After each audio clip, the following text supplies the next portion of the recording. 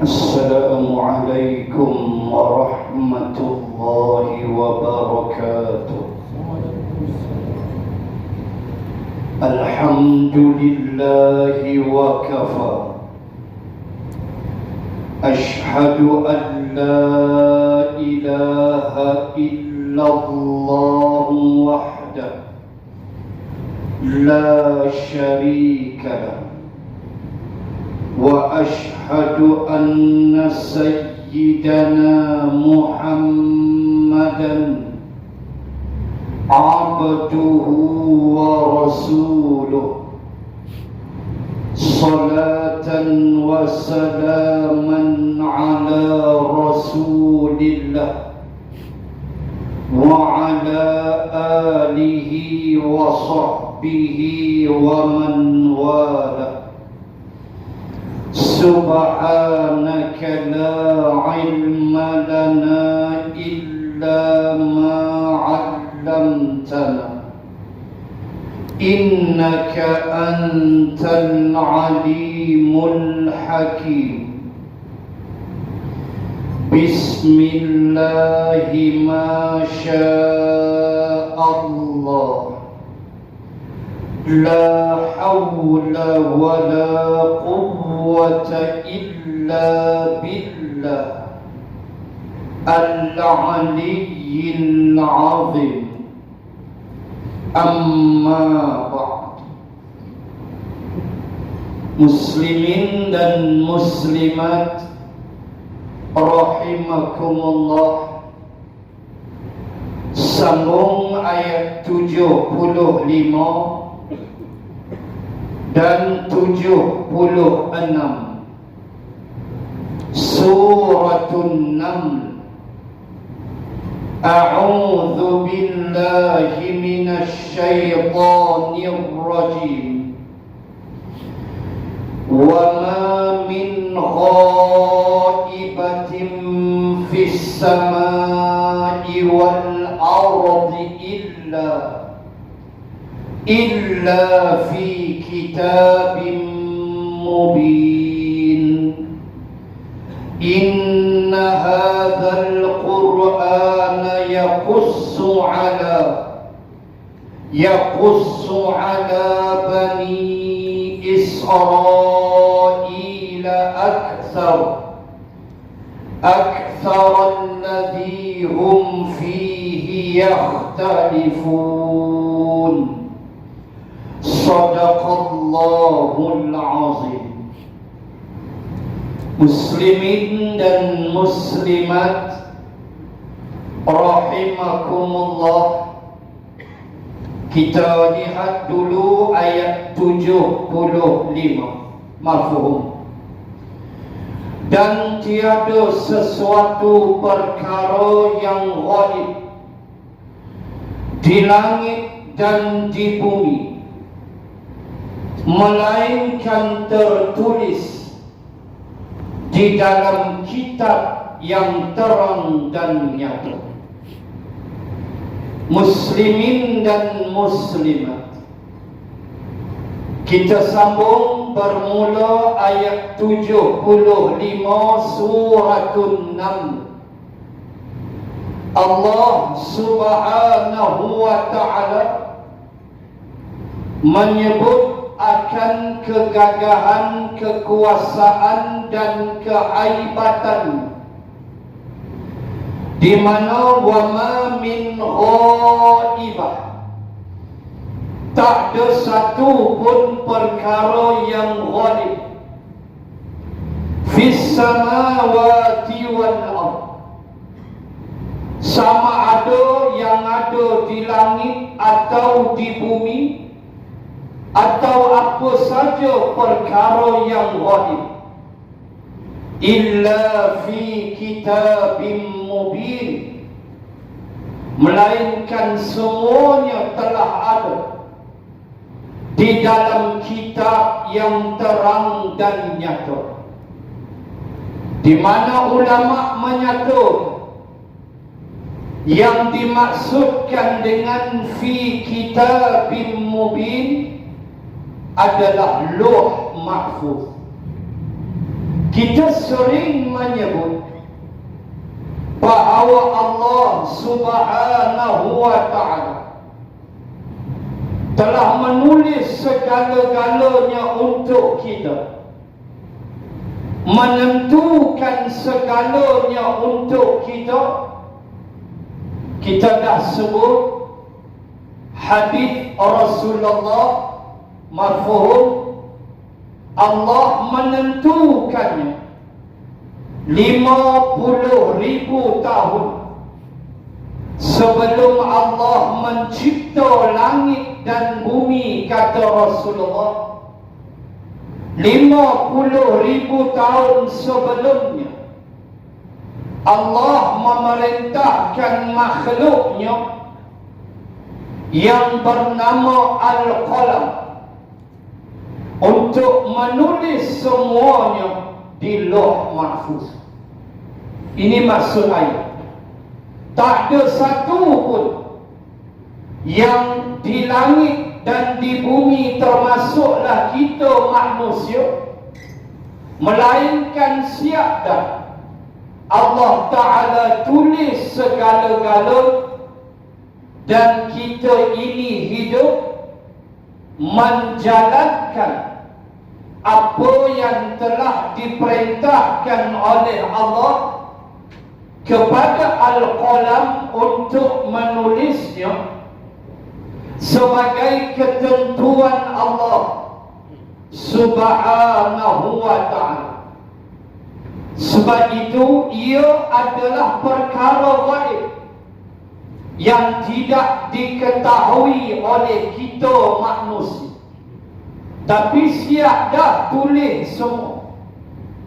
Dan kita sebut antara perkara gaib itu ialah persoalan kematian. Dan hari ini kita baca paper Datuk Pak Amin Rajab, kita sebut dah kuliah lepas, wa ma tadri nafsun bi ayyi ardin tamut. Kamu tak tahu bumi mana kamu nak habis nyawa, kata Allah. Baca dah ayat tu 34 Luqman. Ni bukan bumi dah, meninggal dalam kapal tolak, on the way nak pergi ke London. Cucu graduate di sebuah jamiah di London, habis nyawa, malakul maut datang masuk dalam kapal terbang. Jangan dengar pramugari ya. Malakul maut pun sampai. Ni kata benda gaib tak tahu. Allahu Akbar. Saya tersentuh dengan tulisan almarhum Ad-Doktor Mustafa Masyur di dalam kitabnya Zadun 'ala Tharib, ketika dia menulis satu bab bertafakur tentang persoalan ghaib. Bab tu kecil aja, tapi dia hurai. Dia kata kita adalah manusia yang mesti bertafakur, berfikir tentang persoalan ghaib yang pasti akan datang menjenguk dan mencari kita. Dan antara perkara yang dia sentuh dalam bab ghaib ini, pertama kata dia, sudah tentulah kematian, yang kamu tidak tahu bila kamu akan pergi bertemu Allah. Maka kata almarhum Ad-Doktor Mustafa Masyur, dah kamu tak tahu ini benda gaib. Adakah kamu kata, yakni kita semua, masih mahu membuang masa, masih lagi mahu menambah dosa? Pukul 9 pagi buat dosa, 9:02 mati. Kita tak tahu, tak sempat bertaubat. Ya Allah, ya Tuhan, takut. Kita disebut begitu, memikirkan persoalan mati yang ianya adalah benda gaib, yang kamu tak tahu dia nak datang bila. Maka apakah kamu masih mau tidak menghargai waktu, buang masa, buat dosa, mensia-siakan umur? Sedangkan Al-Imam Al-Ghazali, salah satu doa yang dia minta kepada Allah di dalam kitabnya Ayyuhal Walad Hujjatul Islam, Al-Imam Ghazali, di antara doa yang dia sebut, Inni as'aluka minal umri sa'adah, minal umri was sa'adah. Ya Allah, aku mohon kepada, pertama dia minta minan ni'mati tamamaha wa minal ismati dawamaha wa minar rahmati shumulaha wa minal afiyati husulaha wa minal umri as'adahu. Nombor 5. Pak ni kalau bahas banyak, ambil nombor 5. Antaranya Imam Ghazali ajar doa wa minal umri as'adahu, dan daripada umur aku ya Allah, jadikanlah umur aku itu as'adahu. As'adahu, sa'adah. Sa'adah makna bahagia. As'adahu dia jadi isim tafdil, paling bahagia, paling membahagiakan. Apa dia? Minal umri, daripada umur aku ya Allah, menjadi aset saham yang membahagiakan aku dan membahagiakan orang lain. Kata Imam Al-Ghazali. Kata Dr. Almarhum Syekh Mustafa Masyur, adalah kamu kena ingat yang pertama soal ghaib, mati. Maka apa nak buat? Umur. Umur nak buat apa? Guna elok. Guna elok. Walaupun sekali-sekala kita nak release tension, kita nak rasa happy, no problem. Tetapi tidak boleh melampaui batas sampai meninggalkan perintah kepada Allah, sampai melupakan dosa-dosa kita al-madhi, dosa-dosa kita yang lalu, yang kita buat-buat terlupa nak istighfar dan bertaubat kepada Allah. Hatu tak mau. Kita dibenarkan syarat untuk berhibur, ambil tenangkan, seronokkan jiwa, tak ada hal. Tetapi jangan sampai umur itu menjadi sia-sia. Yang tu nak kena jaga. Wa minal umri as-sa'adah, daripada umurku ya Allah, bahagiakanlah aku. As-sa'adah, umur tu reti aja kita gunakan ke arah kebaikan. 1. 2. Kata almarhum Ad-Doktor Mustafa Masyur dalam kitabnya Zadun ala Tariq, sebut ghaib yang kedua tentulah barzakh. Lepas mati, barzakh. Benda yang kita tak pernah nampak, tapi kita akan masuk bertemu alam itu. Dan punyalah banyak hadis yang berhubung dengan persoalan barzakh yang tuan-tuan boleh baca di dalam kitab-kitab hadis. Dan saya yakin banyak dah penerangan diberi tentang persoalan barzakh. Cumanya nak peringat diri saya, tuan-tuan muslimat, apa yang Nabi sebut, faman naja minhu fama ba'dahu aisaru minhu wa illam yanju minhu fama ba'dahu ashadda minhu, atau kama qala, hadis Sayyidina Uthman rawahul Bukhari wa Muslim. Rasulullah bersabda, Nabi sebut, barang siapa yang berjaya di alam barzakh, faman najah, Nabi sebut dengan najah. Najah makna berjaya.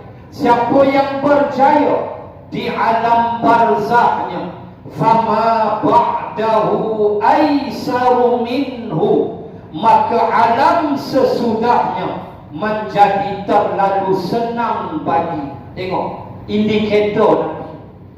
Siapa yang barzah dia beres, alam sesudah dia paling senang untuk dia. Bangkit di mahsyar, berdiri di mahsyar, titian sirat, timbangan mizan. Nabi kata aisar, Nabi tak kata yasir. Sekali lagi disebut dengan isim tafdil, iaitulah aisar, maknanya terlalu mudah. Kalau yasir, mudah. Yasir fa inna ma'al usri yusra. Yusra yasir, makna mudah. Tapi bila ada alif depan, dia jadi isim tafdil, paling besar. Aisar atau aisir, makna terlalu mudah. Nabi kata bukan mudah, terlalu mudah. Siapa dia? Yang barzah dia beres.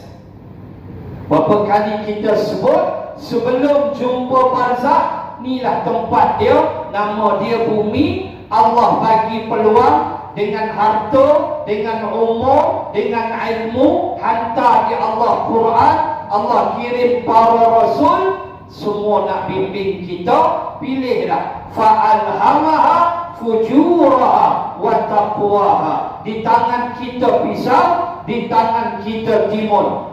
Potonglah ikut mana anak potong, penghujungnya kamu jumpa hasil. Allahu Akbar. Maka siapa yang kata wa illam yanju minhu, siapa yang gagal di alam barzahnya, fama ba'dahu asyaddu minhu, maka alam sesudahnya lagi teruk. Lagi teruk, Nabi kata. Yang itulah yang kita seram bila baca hadis. Sebab kita tahu kita hidup di dunia dengan dosa yang banyak. Tetapi tuan-tuan, jangan kita lupa Allah Maha Berkuasa, Allah Maha Pengampun atas segala dosa-dosa kita. Allah Ta'ala ajar kita bahawa kamu, saya, tuan-tuan muslimat, tidak akan selamat daripada dosa-dosa yang kecil. Dosa-dosa besar kita jauhkan. Ittajtanibu kabair yunhauna anhu nukaffir ankum sayyiatikum wa nudkhilkum mudkhalan karima. 31 Suratun Nisa. Alangkah bahagianya bila baca ayat ni. Ayat 31 An-Nisa, kata Allah, jika sekiranya tajtanibu kabair, kamu menjauhkan dirimu daripada dosa-dosa besar, tak buat dosa besar, judi, rasuah, arak, zina, syirik. Ataupun tuan-tuan baca kitab Imam Az-Zahabi yang berjudul Al-Kabair, ada 73 dosa besar dalam kitab Al-Kabair karangan Imam Az-Zahabi rahimallahu ta'ala. Baca kitab tu, 73 dosa-dosa besar. 73 ni kita tak buat. Intajtanibu kabair, kita tak buat 73 dosa-dosa besar. Apa dia? Allah sebut apa? 31 An-Nisa. Allah kata nukaffir ankum sayyiatikum, kami akan hapuskan sayyiat, dosa-dosa kamu. Buka tafsir, dosa-dosa kecil. Dosa-dosa kecil Allah akan ampun bila kita meninggalkan dosa-dosa besar. Sebab apa? Sebab dosa-dosa kecil tak ada seorang pun selamat. Tak selamat. Saya tak selamat, tuan-tuan tak selamat dengan dosa-dosa kecil. Walaupun di sana adanya jalan-jalan menghapuskan dosa-dosa kecil. Seperti datang kuliah malam ni, dosa kecil hapus. Baca Al-Quran, dosa kecil hapus. Sedekah tabung mana pun, dosa kecil hapus. Puasa bila? Puasa 9 Zulhijjah, ampun dosa setahun lepas, ampun dosa setahun ke depan. Maka ia adalah keampunan bagi dosa-dosa kecil. Ya, banyak jalan dosa-dosa kecil boleh hapus. Tetapi Allah nak ajar kita, tak ada seorang pun selamat daripada dosa-dosa kecil. Maka Allah sebut ayat 31 An-Nisa, siapa dia yang tak buat dosa besar, aku ampun dosa-dosa kecil dia. Yang berlambat kita buat ni, nukaffir ankum sayyiatikum, kemudian lepas aku ampun dosa dia, aku nak buat apa? Wa nudkhilkum mudkhalan karima, aku akan masukkan dia ke dalam tempat masuk yang mulia. Mudkhal, tempat masuk. Mudkhalan karima, karim makna mulia. Aku masukkan dia ke dalam tempat masuk yang mulia. Apa tu? Syurga. Tuan ni Allah sebut, tinggalkan saja dosa besar. Dosa kecil kita cuba avoid. Janganlah saja-saja, tapi kita kadang-kadang terbuat. Maka Allah akan hapuskan dosa-dosa kecil kita. Syarat dosa besar tolong jangan buat. Aku masukkan kamu ke dalam syurga. Itulah janji Allah Subhanahu wa ta'ala. Tuan-tuan muslimin dan muslimat, sebelum ke barzakh, sinilah arda qarara, bumi tempat menetap. Maka Allah bagi segala input sumber untuk kita mencorakkan barzakh kita. Maka jangan salahkan orang lain ketika nanti sampai di negeri akhirat. Maka kata Dr. Mustafa Masyur, apa yang kamu kena fikir tentang ghaib yang kedua ini, iaitu barzakh? Tentulah kamu mesti mencoraknya dengan corak yang baik. Dan kamu fikirlah ghaib yang seterusnya, itulah mahsyar. Ini dia sebut dalam kitabnya Zadun ala Qur'an. Maka Allah beritahu kita bahawa semua dah tertulis di dalam Lauh Mahfuz. Setiap yang kita tak tahu, sama ada di langit atau di bumi atau diri kita, hatta ke depan dan esok hari kita nak buat apa pun kita tak tahu. Tetapi semuanya telah ditulis Allah. Habuan kita, rezeki kita. Sebab itu kita selalu pesan, jangan dalam bab rezeki kita boleh syirik kepada Allah. Jangan kita selalu pesan, condemn anak fil SPM macam-macam, 12E, 15E, Superman, terbang semua subjek. Kita pun kata dekat dia, apalah kau nak makan, 1A pun tak ada. Kita menganggap dengan SPM itulah rezeki. Sedangkan rezeki adalah daripada Allah. Antara nama Allah ialah Ar-Razzaq, Maha Pemberi rezeki. Rezeki daripada kalimah Ar-Razzaq. Ar-Razzaq ialah nama Allah. Dialah pemberi rezeki. Dia bukan kira SPM ke tak SPM ke, graduate ke tak graduate ke. Dia yang menentukannya. Dan kita pun tak tahu ke depan rezeki kita. Jangan nak kira pasal SPM, STPM dan sebagainya. Kalau nak kira SPM, lembu berapa kali ambil SPM? Dia punya makan hancur rumput, punya kenyang perut.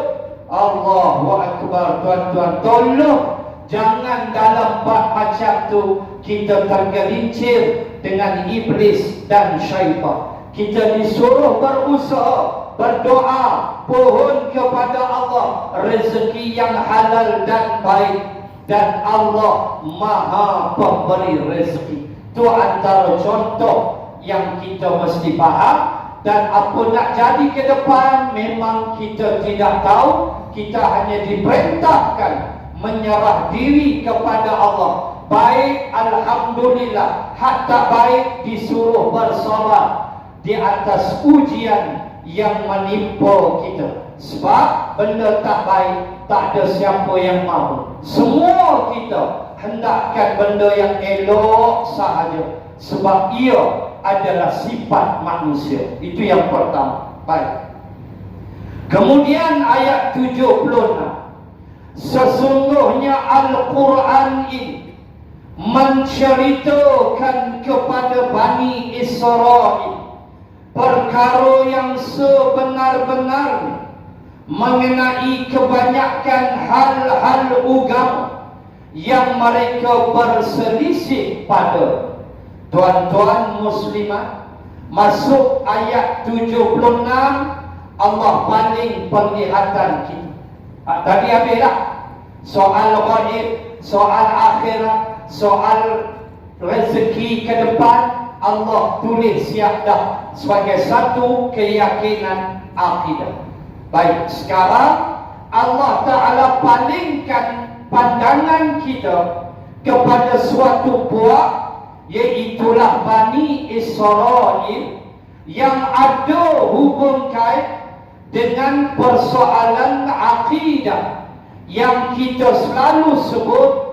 Dan tadi kita sebut soal ghaib.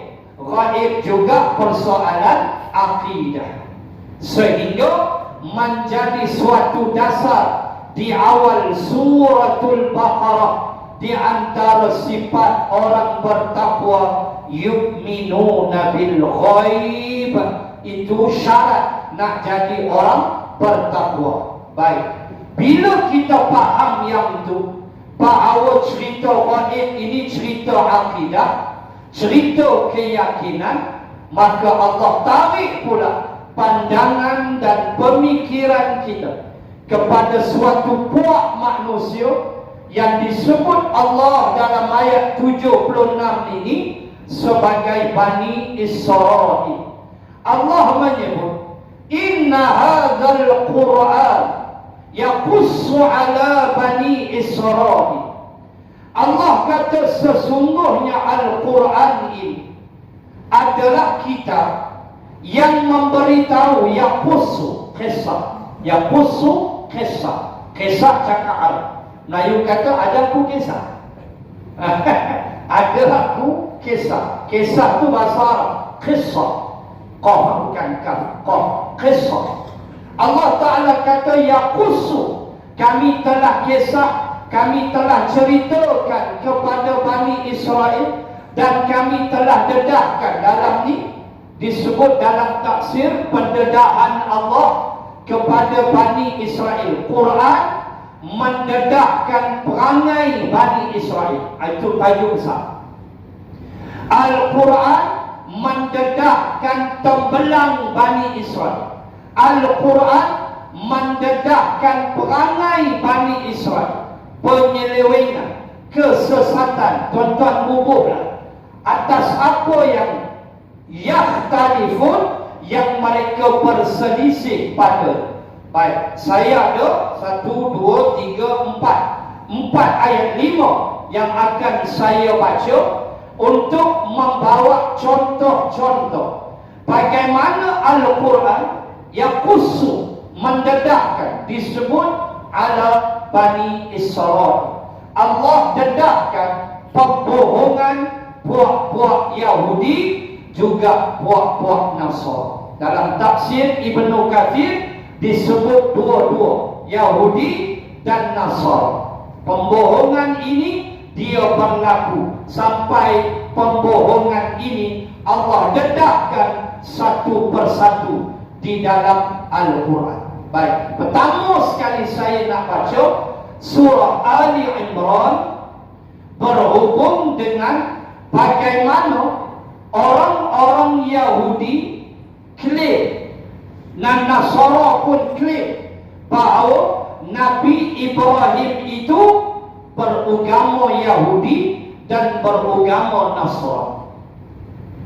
Itu penipuan yang pertama saya nak sebut. Dan ayatnya tuan-tuan boleh rujuk 65 juzuk 3 Ali Imran.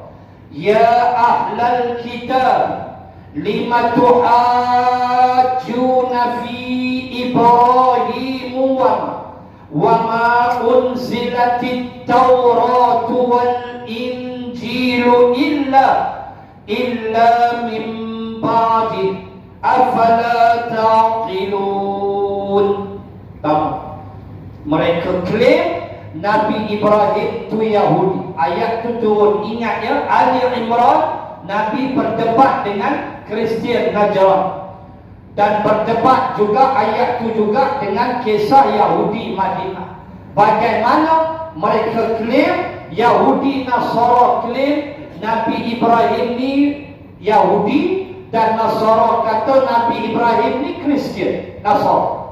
Maka Allah beritahu, dedahkan pada mereka, suruh Nabi baca ayat ini. Ya ahlul kitab, wahai ahlul kitab, lima tuhajjuna fi Ibrahim, kenapa kamu berbantah-bantah tentang Nabi Ibrahim? Maksudnya Yahudi kata Ibrahim itu beragama Yahudi, Nasara kata Ibrahim alaihi salam beragama Nasrani. Sedangkan kata Allah, wa ma unzilatit Tauratu wal Injilu illa min ba'di. Sedangkan Taurat dan Injil turun sesudah Nabi Ibrahim wafat. Kamu nak kelentong siapa? Kata Allah. Yang kamu klaim kamu pendukung agama Ibrahim, dan yang Nasara pun sama. Kamu klaim Ibrahim itu Yahudi atau Nasara, sedangkan Taurat dan Injil min ba'di turun selepas Nabi Ibrahim wafat. Afala ta'qilun? Apa tak ada otak ke? Apa tak boleh fikir ke? Nak robot tokong kuil pada otak apa? Tu tokong kuil duk tidur di Kelantan 20 tahun lah. Tak ada siapa nak pergi roboh ni dia pun kan elok. Sebab dia tak bangkit kan. Patung Buddha di tempat tu kan, tepi jalan kita boleh tengok. Dia punya baring 10 tahun tak pun. Tak ada siapa pergi cuit bulu hidung dia pun, tak ada siapa pergi jabut. Jangan kata nak roboh. Semua tu ucapan jahat, ucapan belik, ucapan dah menggelabah, ucapan tak tahu nak cakap apa dah. Walhal reality, orang melihat bahawa kebenaran itu adalah sesuatu yang tak boleh dirobohkan. Maka tiada modal sebutlah begitu. Sedangkan puluh tahun dah kita jaga elok kebebasan beragama. Di mana-mana pun di Sungai Tani tuan-tuan pi, tuan tengok dia punya tu, punyalah banyak minit pening kita. Tak apa, hak tu kebebasan beragama, lantak apa Islam tak ganggu. Walaupun kita tak boleh reda. Reda tidak, tapi kebebasan tu Islam jaga, kebebasan beragama. So kita mintalah polis siasat atas 3R, races, religion and royal. Maka ini termasuk religion, dan kita minta siasat. Sebab ia memang satu statement yang jadi tak berapa sedap keadaan masyarakat bila menyebut sedemikian rupa. Itu semua tanda-tanda nak kalah. Amin ya rabbal alamin. Tuan Allah akbar. Tuan-tuan muslimin dan muslimat, perangai Yahudi Bani Israel begitu, sama dengan Nasara. Itu ayat yang pertama, 65 Ali Imran juzuk yang ketiga. Baik. Kemudian satu lagi benda yang Allah dedah di dalam Al-Quran, wa qawlihim inna qatalna al-masiha Isa bin Maryam Rasulullah wa ma qataluhu wa ma salabuhu walakin syubbiha lahum. 157 An-Nisa. Tengok pembohongan yang kedua, di mana orang-orang Yahudi membohongi Nabi Isa alaihi salam, orang-orang Nasara berlebih-lebih pula. Ulama ni, Yahudi membohongi Nabi Isa dengan mereka memburu Nabi Isa untuk membunuhnya. Iaitulah Raja Herod yang dipanggil Herod the Great. Saya the Great ni saya tak tahu satu the Great tu kedah tu. Sebut bagaimana Raja Herod disebutlah Herod the Great. Malah tak lah. Raja Herod ni Yahudi. Mereka membohongi Nabi Isa. Lalu mereka ligan kejar Nabi Isa. Kalau tuan-tuan buka dalam tafsir, bagaimana seorang lelaki 12 Hawariyun, seorang belot tinggal sebelah. Jumlah Hawariyun 12, pembantu-pembantu Nabi Isa 12. Seorang sudah belot, dia dapat projek tempoi punya, dia sudah belot. Dia ni lah yang tunjuk tempat persembunyian Nabi Isa. Baik. Manakala Yahudi, manakala Nasara berlebih-lebih, Isa anak Tuhan, berlebihan pula. Hak Yahudi membohongi. Maka Allah beritahu, wa qawlihim, dan ucapan mereka, inna sesungguhnya kami qatalnal masiha Isa bin Maryam Rasulullah, kami telah membunuh Isa bin Maryam Rasul Allah itu. Lalu Allah kata, wa ma qataluhu, mereka tidak membunuhnya, wa ma salabuhu, mereka tidak mensalibnya, walakin syubbiha lahum, tetapi Allah menyerupakan syubbiha. Tasyabbuh makna bagi serupa, tasyabbuh menyerupai. Serupakan wajah Nabi Isa jadi wajah salah seorang Hawariyun yang belot itu. Ini pandangan Ibnu Katsir dalam tafsir dia. Yang belot tadi itu Allah ubah wajah dia jadi wajah Nabi Isa. Dia itulah yang disalib. Ini i'tiqad kita. Sebab Allah menyebut barrafa'ahu Allahu ilaih. Ayat selepas dia 158 An-Nisa.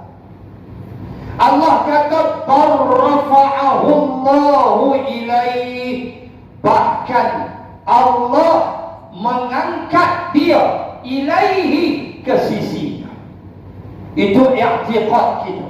Itulah dalil Nabi Isa masih hidup. Para ulama membahasnya. Apabila Allah menyebut barrafa'ahu Allahu ilaih 158 An-Nisa, bahkan dia diangkat ke sisinya, maka ulama menafikan pandangan jumhur. Pandangan jumhur menafikan pandangan segelintir bahawa yang diangkat itu adalah darjat Nabi Isa. Tidak, kata jumhurul ulama. Tetapi yang rafa'a, maksud diangkat itu ialah roh dan jasad dia. Di pandangan jumhur, sama seperti Nabi sallallahu alaihi wasallam diangkat roh, diangkat jasad dan tubuhnya ke langit dalam peristiwa Mi'raj. Maka pandangan jumhur kita pegang, iaitu Allah angkat jasad dan roh dia naik ke sisi Allah subhanahu wa ta'ala dalam keadaan selamat dan itulah hadis Rasulullah bahawa Nabi Isa akan turun menjelang kiamat. Turun di Syria, di Damsyik Syria, di Menara Timur Masjid Umawi, di Menara Timur Masjid Umawi yang ada sekarang di Dimash, di Damsyik. Situlah dia akan turun, kata Rasulullah. Dalam keadaan dia turun diiring oleh 2 sayap malaikat, dalam keadaan dia sampai Masjid Umawi turun tu waktu subuh. Itulah hadis dia panjang, tuan-tuan. Ketika itu Imam Mahdi sudah naik ke depan untuk mengimamkan solat subuh. Tiba-tiba dia dapat mengenali bahawa Nabi Isa sudah sampai. Lalu dia memberi isyarat supaya Nabi Isa naik ke depan menjadi imam. Sebab Nabi Isa Rasul. Oh, Nabi dan Rasul. Imam Mahdi bukan Nabi dan Rasul. Lalu apa jadi? Nabi Isa buat isyarat supaya Imam Mahdi carry on menjadi imam. Ini kaedah kena faham dalam bab menjadi imam. Paling aula ialah imam qaryah. Itu paling aula. Saya bukan boleh pandai-pandai minta izin tuan-tuan. Tuan-tuan izin, saya naik tak ke depan. Tuan-tuan tak izin, saya kena jadi makmum. Itu hukum. Kena faham elok-elok.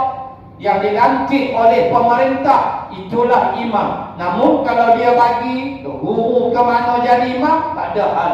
Itu kaedah. Mesti kita faham hukum itu mengutamakan siapa yang perlu diutamakan dalam bab menjadi imam. Ini detail kena belajar dalam bab fiqh.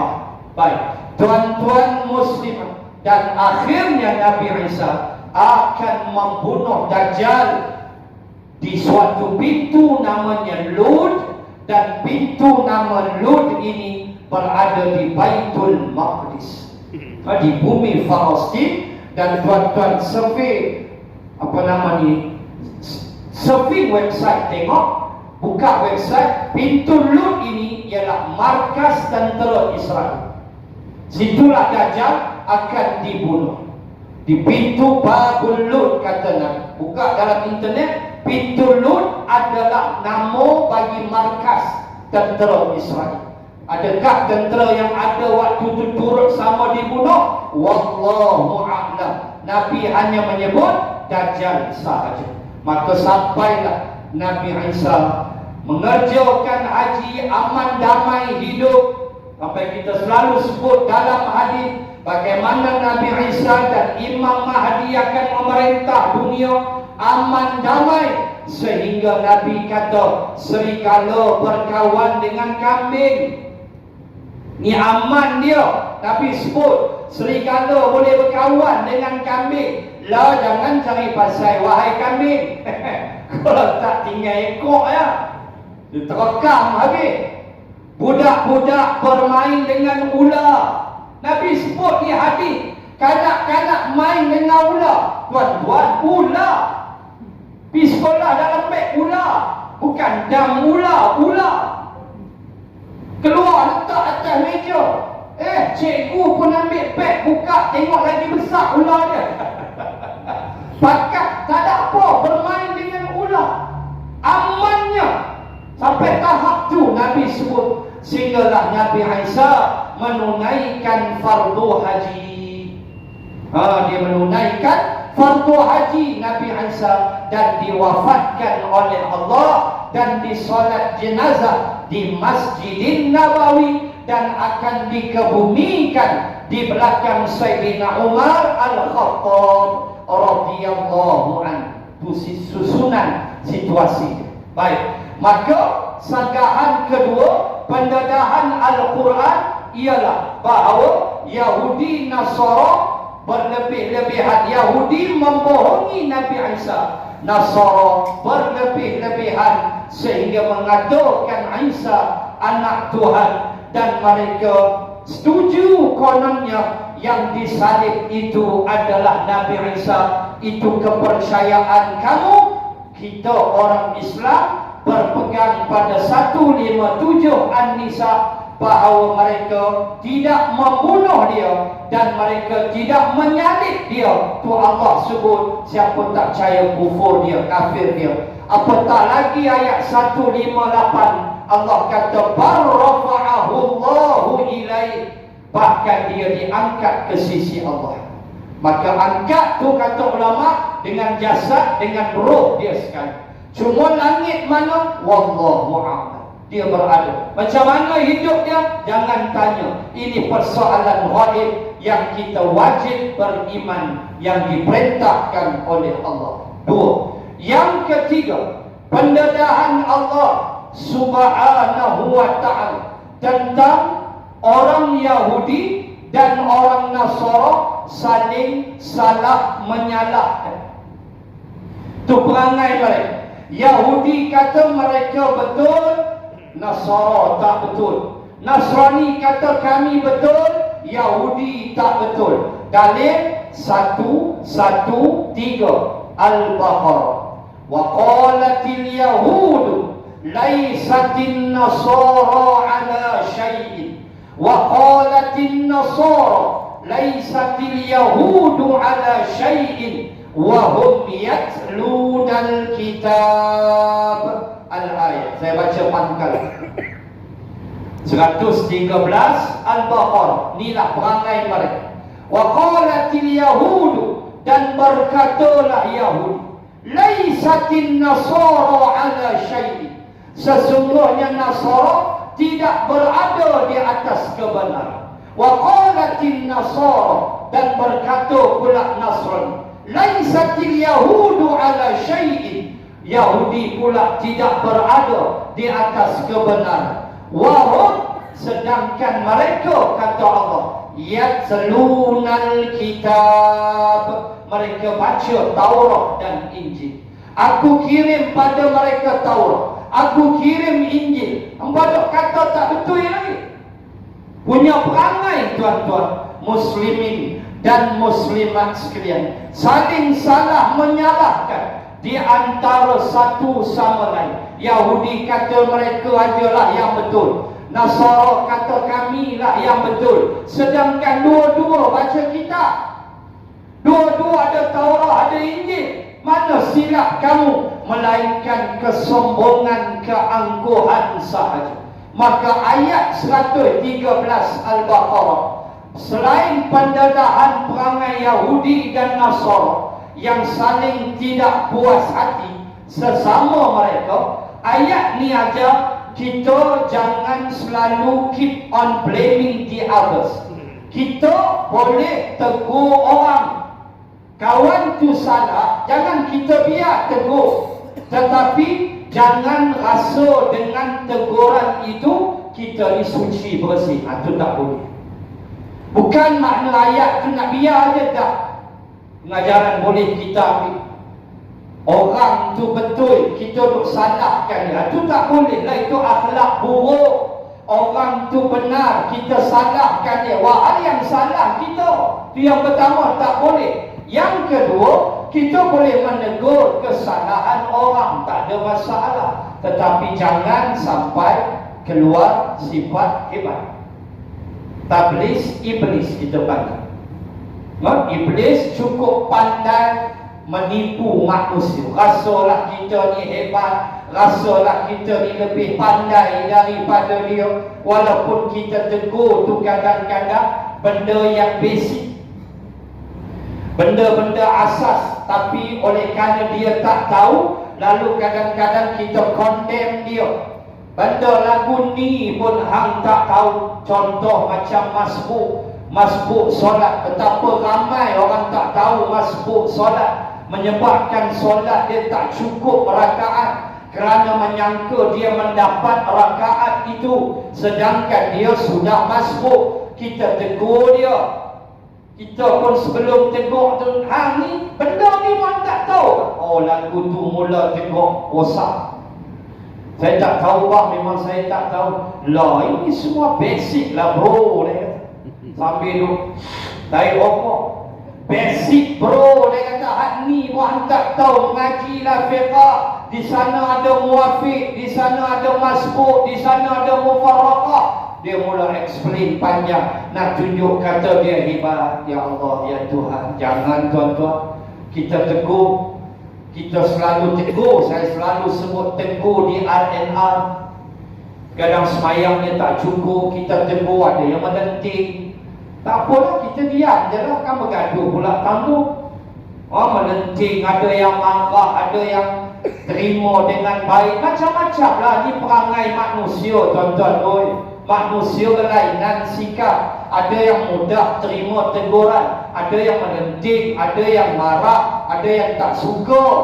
Kita mesti terima dan menerima hakikat ini. Hatta Rasulullah sendiri mengalaminya, apatah lagi kita. Yang penting bila dia salah, kita tegurlah, dan kita biar.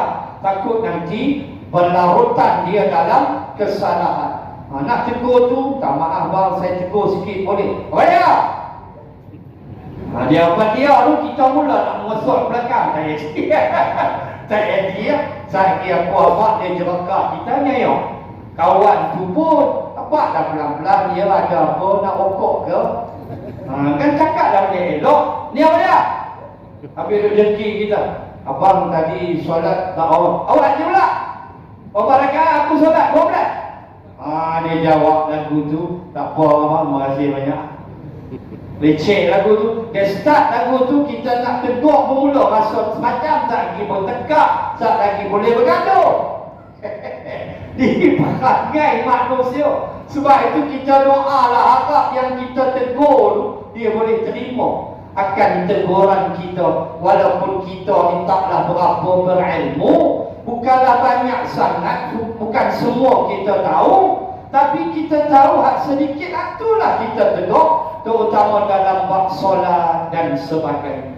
Tuan-tuan, ayat 113 Al-Baqarah menyalahkan satu sama lain dalam keadaan kamu tak punya suatu bentuk bukti benarnya Taurat, benarnya Injil, tapi kerana kedengkian, busuk hati, rasa diri hebat, Yahudi rasa mereka hebat, Nasara rasa mereka hebat, akhirnya keep on blaming each other. Tak betul. Tak betul gitu. Allah dedahkan bodohnya mereka, sedangkan mereka membaca kitab. Dan ayat terakhir yang keempat, untuk kita melihat ayat 76 ini, pendedahan Allah ialah ayat 111, juga Al-Baqarah juzuk 1. Wa qalu lan yadkhulal jannata illa man kana hudan aw nasara tilka amaniyuhum qul hatu burhanakum in kuntum sadiqin. Ini yang terakhir. Apa dia? Wa qalu, dan berkatalah mereka, la yadkhulal jannah, tidak sekali-kali akan masuk syurga, illa, melainkan, man kana hudan aw nasara, melainkan Yahudi dengan Nasrani yang masuk syurga. Lain tak? Amboi. Ini Allah dedah dalam Al-Baqarah. Punya teruk. Mereka rasa mereka lah ahli syurga. Tak ada, yang lain tak boleh masuk. Kami ya, Yahudi dan Nasara. Allah kata, tilka amaniyuhum, demikianlah amani. Ma makna amani? Angan-angan. Kan? Angan-angan. Bak kata Sanusi, angan-angan tak apa, free, tak kena bayar. Angan-angan. Tilka amaniyuhum, demikianlah angan-angan mereka. Allah sebut perasan, bahasa kita perasan. Orang lain tak ada pergi syurga, kami dua ada. Punya teruk perangai. Dia syurga ni bukan kira siapa. Kalau ikut syarat-syarat dia masuklah. Nak faham? Ada Yahudi yang Allah terima, yang menerima Islam. Ada Yahudi dilaknat, ada Nasara yang diterima, ada Nasara yang dilaknat. Siapa saja ikut dasar Islam yang benar, syurga lah. sahabat Nabi bukan semua orang Arab, bukan semua yang fasih bahasa Arab. Ada yang Salman Parsi, ada yang Bilal Afrika, tapi mereka menuju syurga Allah sebab mereka ikut Rasulullah sallallahu alaihi wasallam. Yang pun nak pergi syurga Yahudi, wa qalatil yahudu Uzairun ibnullah, At-Taubah. Dan berkatalah Yahudi, sesungguhnya Uzair anak Allah. Wa qalatin nasara al-masih ibnullah. Dan berkata Nasara, Nabi Isa anak Allah. Yahudi kata Uzair. Siapa dia Uzair? Nabi Uzair. Nabi, seorang Nabi, bukan Rasul. Uzair tu anak Allah. La haula wa la quwwata illa billah. Berkata pula Nasara, Isa anak Allah. Lagu tu nak masuk juga. Lam yalid wa lam yulad. Tu aqidah. Apa lagi Allah kata? Wa qalu ittakhadallahu walada subhana. Dan mereka berkata Allah empunya anak. Subhana, maha suci dia daripada apa yang mereka sekutukan. Nak masuk syurga lagu tu. Tapi itulah angan-angan mereka, kata Allah. Tilka amaniyuhum. Lalu Allah kata, qul, katakan wahai Muhammad kepada mereka, hatu burhanakum. Bawalah burhan. Burhan makna bukti. Bayinat boleh, burhan boleh. Bawalah dalil, keterangan, bukti. Kalau betul kamu orang benar, kalau betul lah Nabi Uzair tu anak aku, kalau betul lah Nabi Isa tu anak aku, hampa bawa bukti. Aku zat yang maha zat, tidak menerima makhluk. Aku ini maha gagah perkasa, tidak beranak dan diperanakkan. Maka Allah kata apa boleh berangan dia. Maka orang yang rosak akidah, poin dia ialah rosak akidah boleh berangan dah pergi syurga. Itu poin. 111 Al-Baqarah. Poin besar apa? Rosak akidah, kamu tak jumpa syurga. Yahudi rosak akidah, ya. Nasara rosak, ya. Kerana menyebut tentang perkara yang telah kita bahas. Na'udzubillah. Maka itulah, kalau nak korek lagi banyak tuan-tuan, lambat dalam Quran. Fabima naqdihim mitsaqahum. Dan disebabkan mereka memungkiri janji-janji mereka. Itulah Yahudi sendiri yang telah membuka, mengurai ataupun membuka ikatan janji-janji mereka dengan Allah dan Nabi Musa terutamanya. Maka mereka la'annahum, mereka telah dilaknat oleh Allah. Wa ja'alna qulubuhum qasiyah. Suratul Maidah ayat 14 kalau tak silap, 14 atau 12. Suratul Maidah. Disebabkan mereka telah merungkai janji-janji mereka, maka kami buat dua benda pada mereka. Pertama, la'annahum, kami laknat mereka. Allah laknat Yahudi, Allah laknat Nasara. Yang kedua, kami jadikan qulubuhum qasiyah, kami jadikan hati mereka keras membatu. Keras. Sebab tu tuan-tuan tengok Yahudi lah hati. Bulan Ramadan ni mula nak menimpak sana, nak membunuh sana. Hati keras. Kan dia reti hormat orang. Kan dia reti jahat. Kerasnya hati mereka disebabkan fabima naqdihim mitsaqahum. Disebabkan mereka telah merungkai perjanjian mereka dengan Allah dan Rasulnya Musa alaihi salam. Maka begitulah kita, kalau kita buat lebih kurang juga dengan Allah dan Rasul, dengan Islam, siap laknat Allah, siaplah hati menjadi keras seperti batu, membatu hati keras sampai tak boleh terima kebenaran, sampai kebatilan pun dilihat benda yang benar. Yang inilah kita cukup takut. Semayang sampai hitam dahi, tapi duk tengok hak batil tu betul. Oh, takut kita tuan-tuan. Ya Allah, takut benda tak betul pun dilihat sebagai betul. Dalam nak mula rosak. Na'udzubillah. Minta berlindung. Biar yang benar itu benar kita lihat, yang batil itu batil. supaya kita ada pedoman di dalam kehidupan kita. Demikian dua ayat yang kita baca pada malam ini, insya-Allah. Sesi bulan depan ayat 77 kita akan bahas, dan tak lama dah beberapa ayat akan kita habiskan Suratul Naml, insya-Allah taala. Tak lama pun boleh makan setahun dua hari. Insya-Allah taala. Pada itu dulu, mudah-mudahan Allah memberkati apa yang kita bahas. Dan di antara pengajaran besar pada malam ini ialah pertama, persoalan ghaibiyat semua telah tertulis di Lauh Mahfuz. Rezeki, jodoh, kecelakaan, musibah, apa semua Allah sudah tentukan. Kita hanyalah makhluk yang diperintahkan menerima sahaja. Kalau benda tu baik, alhamdulillah. Hatta elok, kita ucap juga dengan inna lillah wa inna ilaihi raji'un, dan diperintah kita supaya bersolat.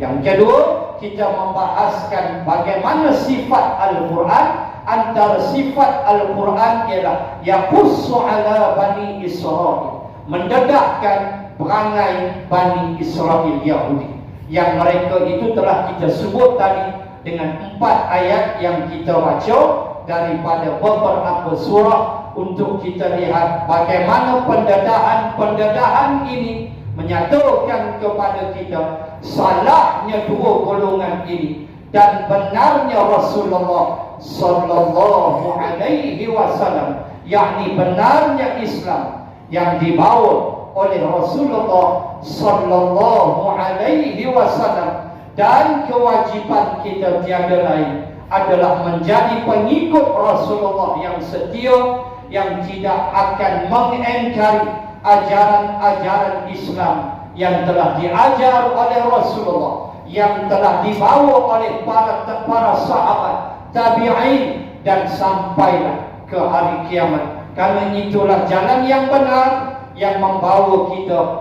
kepada syurga Allah. Kita tak mau perangan macam Yahudi dan Nasara. Na'udzubillah. Perasan masuk syurga, perangai macam Yahudi, macam Nasara, menentang Islam siang dan malam.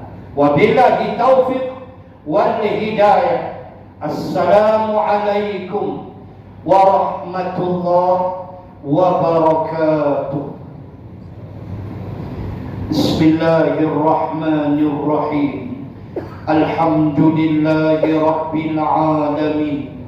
Assalatu wassalam ala rasulillah wa ala alihi wa sahbihi ajma'in. Allahumma zidna ilman warzuqna fahman.